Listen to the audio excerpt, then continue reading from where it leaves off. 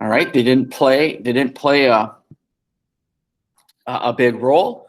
All right, anyone else want to weigh in?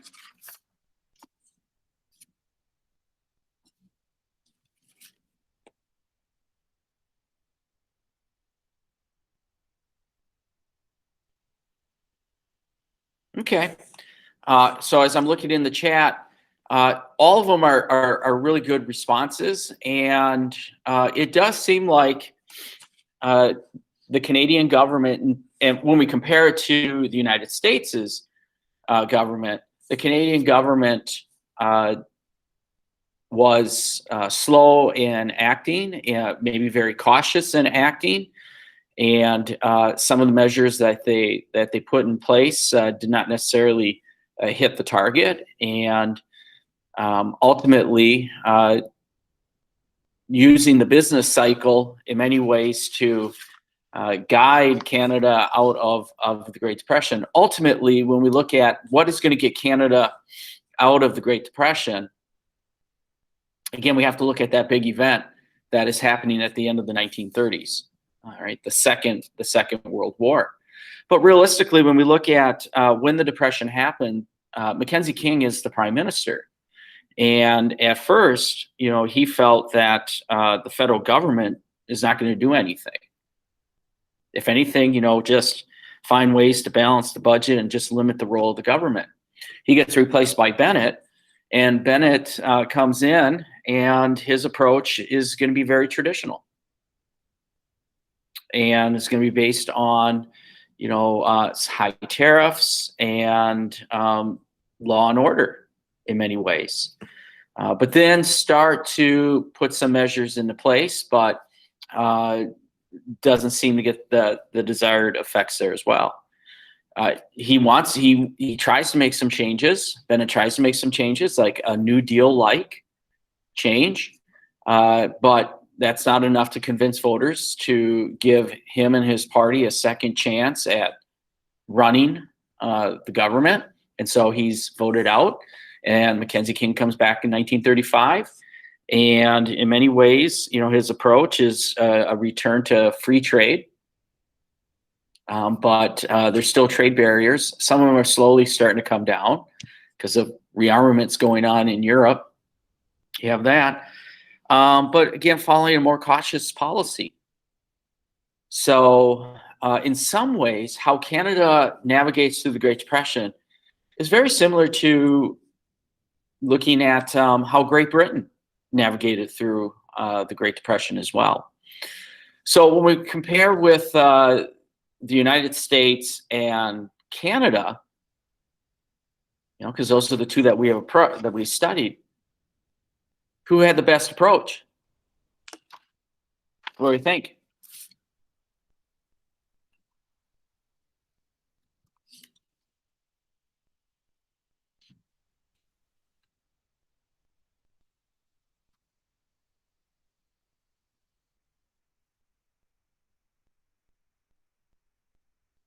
Which country, United States or Canada,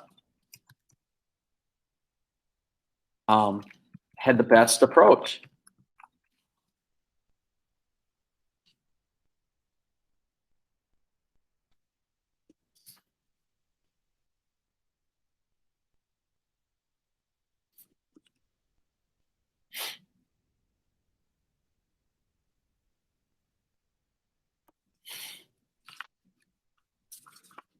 Woo, looks like the United States finally beating Canada at something here. Because they've been schooling us a little bit in ice hockey. And I know I have some hockey fans in this first hour here, so hopefully I didn't upset too many of them. I like watching hockey, and I had played a little hockey as a kid. But so maybe naturally we're just biased because of the United States and how active, and maybe that's what we're looking at, knowing that FDR's programs, some of them fell very short as well. I mean, that's why he had so many of them. We still have some around today, but perhaps maybe we just look at the United States and how active the government was. responsive, it seemed like, to the needs of American citizens. Maybe not all at any given time, but hitting some of them, and the sense that doing something. All right, but in the end, realistically, that big economic stimulus of the Second World War is going to help propel both countries out of the Great Depression. And I suppose you can argue that Canada gets out of it sooner than the United States, and that Canada is part of the British Commonwealth, and when England enters the war, that brings Canada into that war as well. So, all right, I'll take a look at that assignment, and if you haven't turned it in, please do, but I'll take a look at that assignment and update grades soon related to it. All right, so like on our agenda, I want us to move now, go a little bit south of the border here, and see how the Great Depression impacts countries in Latin America. I do have a video clip here that I want to start off with. And even though our assignment is about Mexico, I do want us to start with just kind of introducing it with about Chile.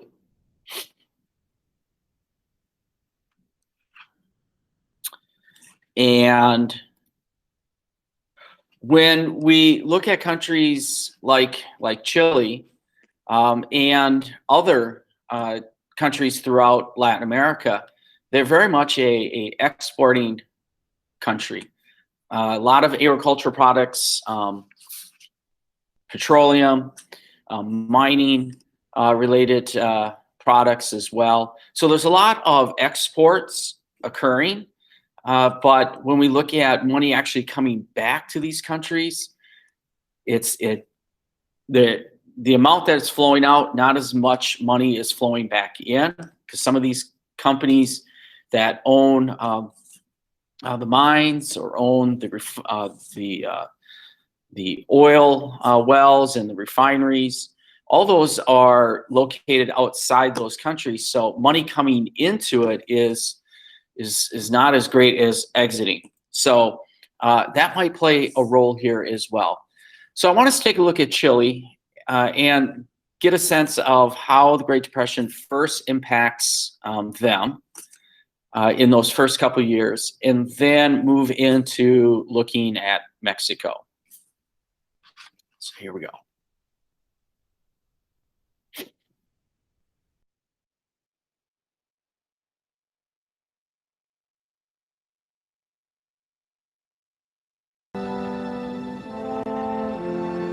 As people had less to spend and trade slowed, more factories closed in one country after another.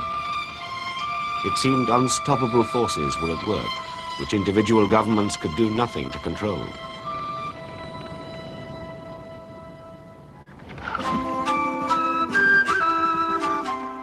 In South America, countries like Chile suffered immediately because they depended on trade with the United States. Chile's copper miners had prospered in the 1920s. But the good times were over. Fernando Liborio had just started work. Cuando vino el crash en Estados Unidos, when the crash happened in the United States, quite honestly, nothing like it had ever been known before. No había conocimiento de algo semejante. It was as if you were walking along the street and suddenly something hit you. To us, it all seemed very remote, miles away. New York was a long way off. But when your own boss tells you you haven't got a job anymore, then you really felt it. Entonces, sencillamente, ahí sí que impacto fuerte. Copper brought in 80% of Chile's foreign earnings. Tens of thousands worked to prize it from the biggest man-made hole in the world, in the desert at Chuquicamata. Justo Ballesteros was a contractor to the mine company. Con ese crash de Wall Street, sencillamente, se cerraron fábricas. After this crash in Wall Street, factories in the United States closed. They stopped buying. They stopped buying copper and all the raw materials produced here. This paralyzed the market here and so directly affected the entire working population. People were ruined, companies went bust. It was a crisis. The slump was even more devastating for Chileans who produced nitrates, shipped to farmers all over the world as fertilizer.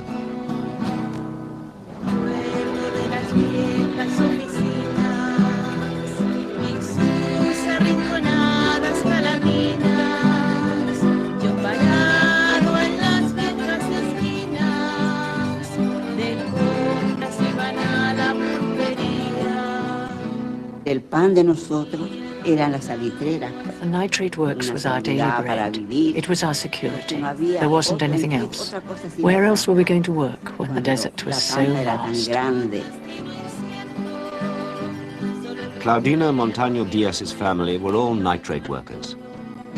Un día en diciembre, nosotros en nuestra casa, pues ya One mi day in marido December, we llegaba were de at home trabajar. and my husband came back from work. Fíjate que va Listen, he a said, parar, me they're decía, closing it la down. cocina. And we had to Tal go. fecha tenemos Soon que they ir. were sending the De a people poco away. iban repartiendo la gente.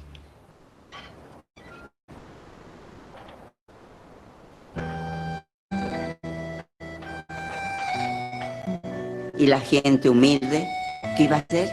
And what could the poor people do? Pick up their suitcases and accept whatever happened. Who could we turn to? Tantos pueblos para el norte, todo eso quedaba abandonado. So many towns in the north Pueblos abandoned, grandes, all abandoned. todo quedaba That was the abandonado. crisis of Esa fue 1930. la crisis del 30. Thousands of unemployed miners headed for the capital, Santiago. The government, now bankrupt, was overwhelmed by the numbers.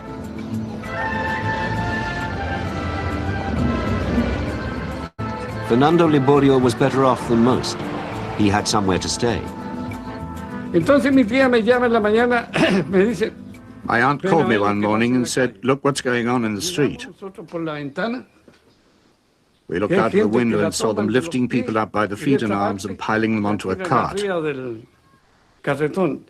I asked if they were drunk, but they weren't drunk. They were dead. They died of hunger.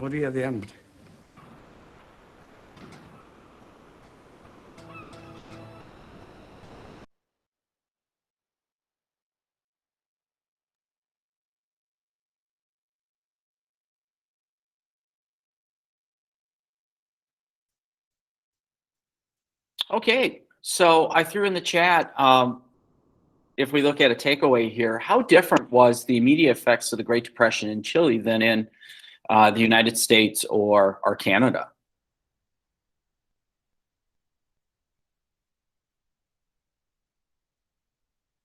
Was it really much different?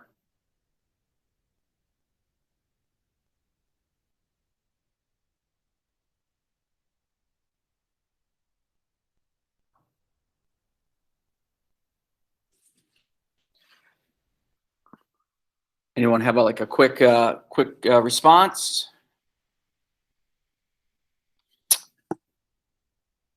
Yep. So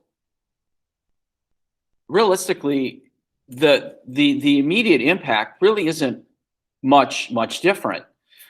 What we will tend to find out is what becomes different is how governments approach. And so this is a real dilemma facing every country at this time, how to deal with it. You know, the United States, we engage in a New Deal program to try to get through it. In Canada, it was very cautionary, as we've seen. Some government involvement, but at the end, they didn't really change a significant amount of their approach. And we can look at other countries in Europe and find very similar examples. Now in Chile, as in that little clip, it had mentioned that the Chilean government had gone bankrupt. And so governments like Chile have to decide, do they continue to go in debt and engage in deficit spending, or just try to find a way just to get it out. Now, in that little clip, there were two important commodities that were brought up: copper and nitrate. We'll know that copper and nitrate are key components when it comes to weapons. And so when the Second World War starts to rev up and, rearmament begins, once again, those mines in Chile will be active. But in the meantime, though, like the one lady had brought up, was that the government was kind of like moving people around. And you saw that, you'll see that in Chile, where the government is going to be moving people around to different regions, is trying to find jobs. And most of the jobs are going to be seasonal or temporary type jobs, or they'll move to the big cities like Santiago and find limited work. Now, Chilean workers had always been known as kind of like passive workers, not very active and organized. Well, that's going to change here in the 1930s. Workers in Chile, just like in the United States and in other countries, are going to become more organized and get more involved in workplace decisions, but then also politically get active too. So when we look at, how is Chile going to get themselves through this difficult moment, they are just going to almost get by, very similar to the way Canada was getting by the Great Depression, and then ultimately that Second World War is going to be that huge economic stimulus for them. Okay. All right, moving now we can, since we deal with Chile, now we can go north to Mexico, south of us, but north of Chile, and into Mexico. And this is going to be an interesting one in that just like Canada and Chile, Mexico, their economy has some connections with the United States as well. But we also have had a very difficult relationship with Mexico at times. It goes all the way back to, you can even think of the Mexican-American War. And then there was a very contentious revolution in Mexico. And we have a significant amount of people of ancestry that have connection with Mexico. And so the stories and the histories and all this stuff is going to become very intertwined in how we progress through a big event like this is going to show the good and the bad sides of both countries here. So with this assignment, you can see in Schoology, there's a couple attachments to it. And so you want to make sure you have the assignment, but then also this reading as well. Okay.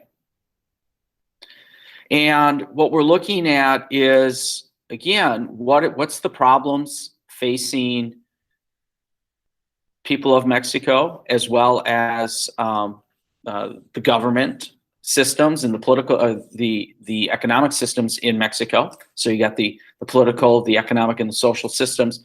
How are they being affected by the Great Depression? And then how does the Mexican government respond to these events, to these issues, to these concerns?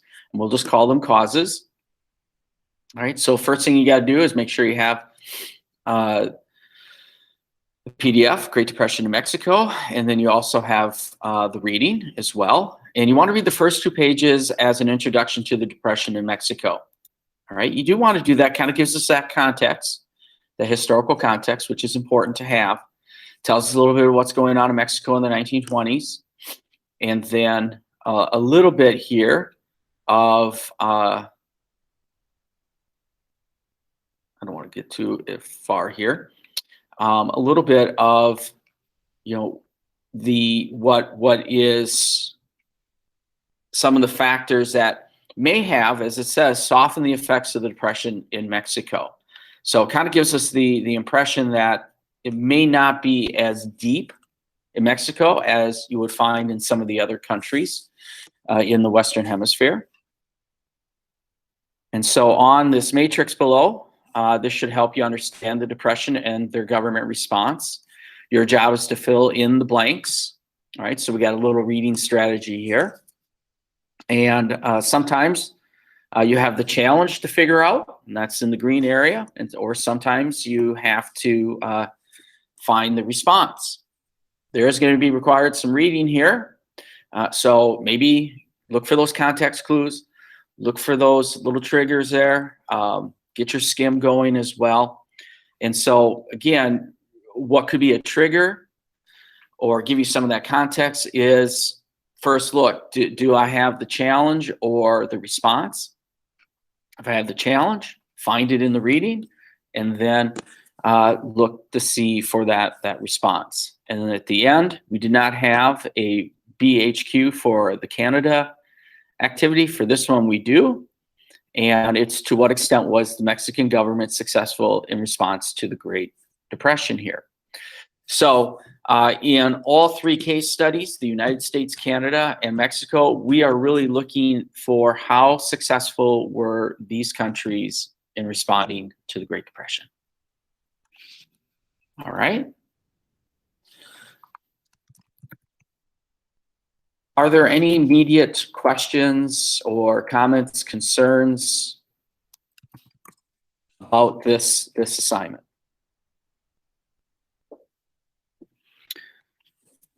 This assignment will be due Sunday, so we have some time to work on it. We got today and we'll have time tomorrow. I'll take a little bit of class time tomorrow before you can work on this.